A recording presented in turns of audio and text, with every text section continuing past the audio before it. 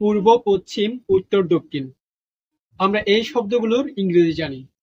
তবে আজকে আমরা শিখব উত্তর দিকে, দক্ষিণ দিকে, পূর্ব দিকে, পশ্চিম দিকে, ডান দিকে, বাম দিকে, সামনের দিকে, পেছনের দিকে, উপরের দিকে, নিচের দিকে এই সুন্দর বাক্যগুলোর দুটো করে ইংরেজি শিখব।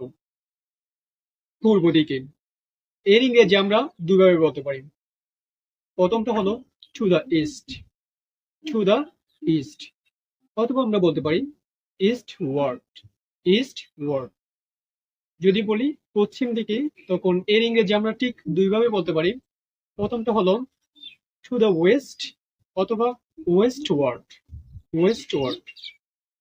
উত্তর দিকে এর ইংরেজি হবে to the north, to the north. অন্যভাবে বললে হবে নর্থ ওয়ার্ড, নর্থ ওয়ার্ড।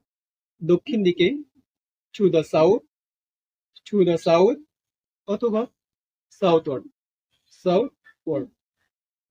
যদি বলি সামনের দিকে, তখন এর ইংরেজি হবে to the front, to the front, অথবা অন্যভাবে বললে বলতে পারি ফরওয়ার্ড, ফরওয়ার্ড।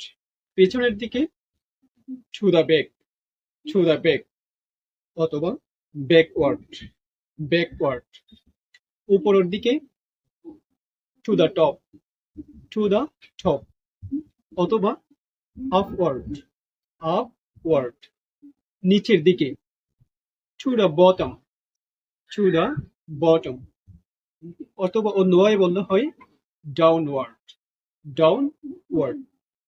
ডান দিকে to the right, to the right, অথবা রাইট সাইড, অথবা রাইট ওয়ার্ড।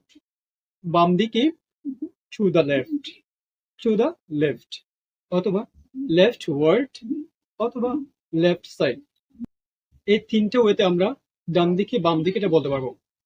যদি বলি ভিতরের দিকে, তখন হবে ইনসাইড অথবা ইনওয়ার্ড, ইনওয়ার্ড।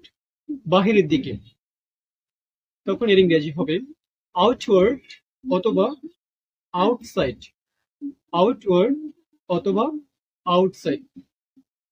পরবর্তী ভিডিওতে আমরা এই ওয়ার্ডগুলো নিয়ে সেন্টেন্স তৈরি করা শিখব। So to get this kind of video, please follow the page and share this video. Allah Hafiz.